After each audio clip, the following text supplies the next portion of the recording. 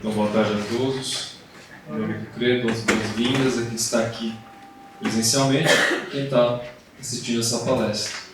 A gente vai falar sobre o capítulo 17 do livro Fonte Viva, que é uma psicografia de Emmanuel pelo Chico Xavier. A passagem é o Cristo e nós. Veja, Cristo e nós pressupõe uma colaboração. Às vezes a gente espera por Jesus, mas não faz a nossa parte. Então, para isso, o Emmanuel vai destacar uma passagem do Evangelho, que é a passagem de Ananias, quando ele recebe uma visão do Cristo, já desencarnado, chamando ele, e ele responde: Senhor, eis-me aqui.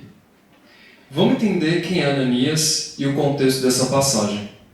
Então, no Evangelho, no Atos dos Apóstolos, isso tudo é explicado, mas a obra que consegue detalhar esses encontros é Paulo Estevam, também psicografia de Emmanuel. Paulo Estevam diz que naquela época, quando Cristo estava sendo crucificado, estava Ananias, que até então não conhecia o Cristo, e vai em direção à multidão que estava indo em direção ao Gólgota. Quando ele vê aquela multidão, aquele homem sendo crucificado, por algum motivo, aquele homem direciona o olhar para ele. E é um olhar afetuoso, é como um convite, um olhar doce. E Ananias é tocado no coração e não consegue esquecer esse olhar. É como Maria de Magdala ou Maria de Madalena, que estava acostumada ao luxo, à púrpura, né, ao incenso, a tudo aquilo que a vida social tinha de mais elevado. Quando escuta a voz de Jesus, não consegue ser mais a mesma. Ananias passou por isso também. E ele fica sabendo que o Cristo ressuscitou. Ele vai ao encontro da Casa do Caminho, e a Casa do Caminho é o modelo que todo centro espírita deve aspirar, onde se faz a fraternidade, a caridade, todos os tratamentos, e encontra Pedro. Pedro recebe ele, né, explica um pouco para ele o cristianismo, ele é batizado, vira cristão, e ele acaba sendo um dos propagadores do cristianismo. E ele está lá pregando para várias pessoas, em várias cidades, até que ele está numa cidade, que é Jope, e tem uma jovem muito bela que está sendo tocada pelos ensinamentos dele. Essa jovem é Abigail. Abigail, muito sensibilizada pelas mensagens, ela acaba se convertendo ao cristianismo. Só que ela estava muito adoentada. Pouco tempo depois, ela vem a falecer. Acontece que Abigail era noiva de Saulo. O Saulo, como a gente conhece, tá? Aquele que perseguiu os cristãos antes de virar Paulo. Tá? E Saulo, quando vai visitar a noiva, descobre que ela faleceu, tomado de uma tristeza profunda, ele fica com uma raiva descontrolável quando sabe que ela se converteu ao cristianismo. Justamente aquilo que ele combatia. E ele vai perguntar: quem fez isso? Eu falo: foi Ananias. Aonde está Ananias? E ele vem descobrir que Ananias está em direção a Damasco. Portanto, com muita fúria, ele vai em direção a Damasco. E na estrada de Damasco acontece algo que muitos de vocês lembram. De repente, um clarão, e simplesmente Saulo naquele momento é tomado por um espanto e escuta uma voz: Saulo, Saulo, por que me persegues? Era o Cristo, espiritualmente, aparecendo para ele, perguntando isso. Vibrou no fundo da alma dele, e Saulo, atordoado, diz: Senhor, o que queres que eu faça? Grave essa frase: Senhor, o que queres que eu faça? Assim que ele escuta aquela voz, o Cristo fala para ele em direção à rua direita, que até hoje existe essa rua, e que lá ele encontrar a casa de Judas. E quando Saulo volta em si, ele está cego, completamente cego.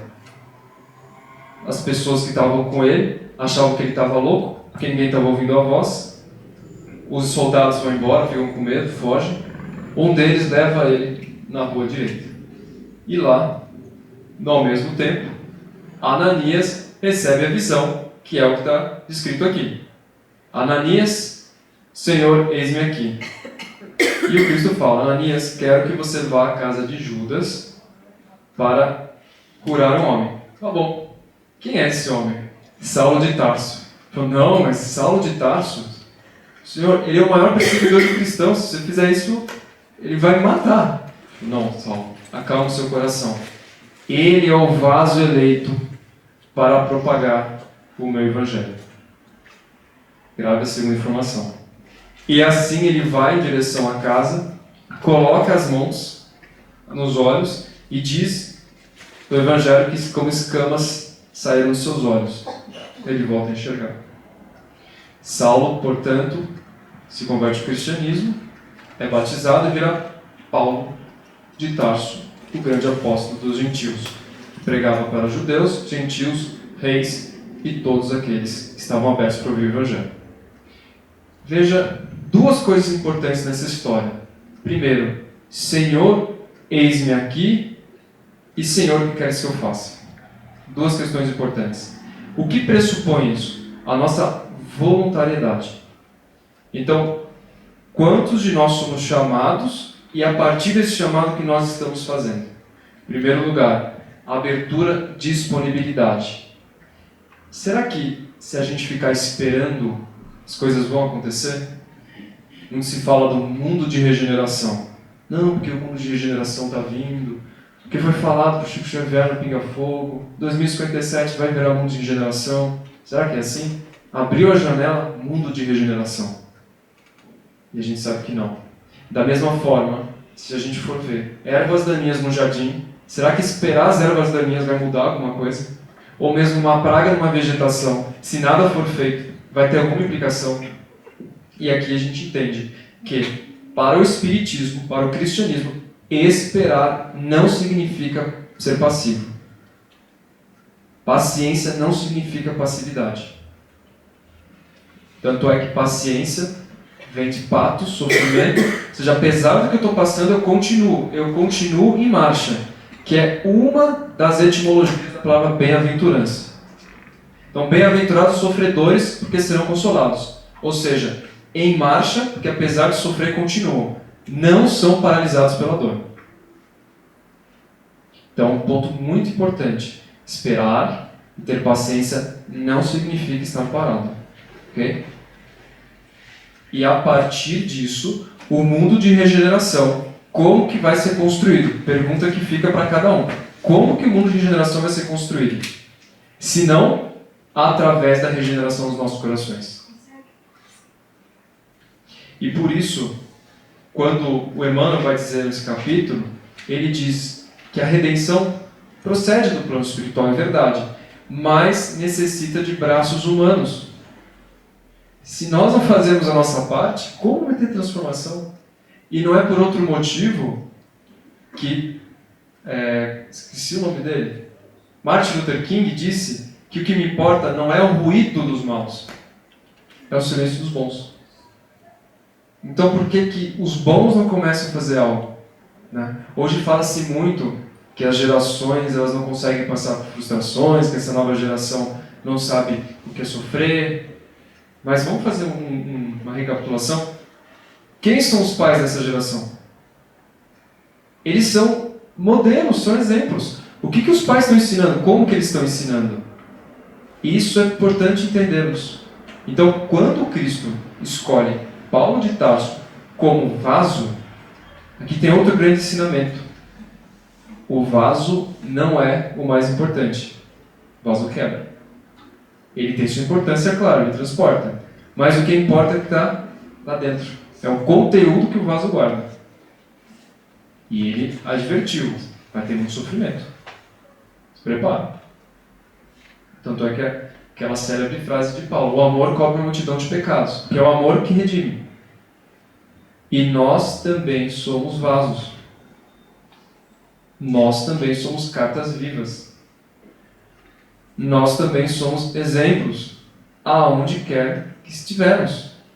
Não importa. Aonde quer que estivermos, nós somos exemplos. Somos espelhos. E esse é o grande ponto. Somos instrumentos. A providência divina, ela é soberana? Sim. É como se fosse um músico que imprime sua vontade sobre o instrumento. Mas se o instrumento não está afinado, a melodia não vai ser uma melodia bela. Então, nós temos que fazer a nossa parte. Tudo começa, termina conosco. O mundo de regeneração começa com a regeneração dos nossos corações. Atualmente, o que é valor para a sociedade é quem tem poder, fama, prestígio, capacidade financeira, mas no plano espiritual, o que é valor é que tem um coração bom. Não adianta nada ter tudo e não ter um coração bom. Por isso que está no Evangelho essa questão, aonde estiver o seu tesouro, aí estará o seu coração. Aí a pergunta que cada um faz agora: onde está o meu tesouro? Quais são as minhas vontades, meus desejos? Qual é o móvel da minha ação? O que eu tenho feito? Aí está o coração. É como se fosse o passaporte para a gente viajar para algum lugar de acordo com a nossa capacidade. Então, nós somos vasos eleitos. E nós estamos sendo chamados todos os dias. E por que, então, nós temos que fazer a nossa parte? Por que o Cristo precisa de nós? Porque, caso contrário, nos tornaríamos obsoletos. A lei do trabalho existe para desenvolvermos aptidões morais e intelectuais. Sem o trabalho não há dignidade, não há transformação. E aqui não me refiro ao trabalho assalariado. Aqui eu me refiro à construção e à direção energética dos nossos esforços. O Emmanuel vai dizer sobre o dever cumprido em prol do bem comum. E aí, todos nós podemos fazer isso. Porque tudo que nós estamos fazendo está tendo uma contrapartida. E é por esse motivo que quando ele fala que o que importa são braços humanos e corações de boa vontade. Aqui tem uma questão muito tênue. Não basta às vezes ter vontade. É boa vontade. E outro ponto. Desejo diferente de vontade. Eu desejo tanto ser uma pessoa melhor. Eu desejo meditar todos os dias, ter mais paciência. Genuíno. Mas a vontade é quando o desejo vira materialidade. Então eu tenho vontade, estou fazendo. Tenho desejo. Ainda estou na aspiração. E o que o Evangelho gostaria de nós? Homens e coração de boa vontade. Então Ananias, Senhor, eis-me aqui, prontidão, instrumento, para curar o homem que era o maior perseguidor de cristãos. Paulo de Tarso, como Saulo na época, o que queres que eu faça? E quando nós fomos chamados, que talvez há mais de 2000 anos estamos sendo chamados, o que nós vamos responder? Como nós vamos responder? E às vezes, esse chamado vem através de dor, de doenças, de problemas, de sofrimentos. Às vezes nós pedimos força, Deus nos dá desafios. Às vezes nós pedimos amar mais o próximo, Deus não coloca as pessoas que às vezes dificultam. E a fé, a doença, tudo isso está correlacionado. Então, somos vasos, somos exemplos, e nós somos responsáveis. Por isso que Emmanuel vai dizer, cristianismo significa Cristo em nós. Todos nós temos essa centelha divina, e o plano espiritual precisa de nós. Se nós não fizermos a nossa parte, fica difícil desfazer a deles. Porque é livre-arbítrio. Se assim não fosse, como queríamos aprender? E se a gente eleva um pouquinho o nosso padrão vibratório, nós já estamos auxiliando com a sociedade, nós já estamos auxiliando o nosso planeta, nós já estamos auxiliando conosco. E tudo começa com o nosso coração. Por isso, quando formos chamados, lembremos, Senhor, eis-me aqui. Que assim seja. Graças a Deus.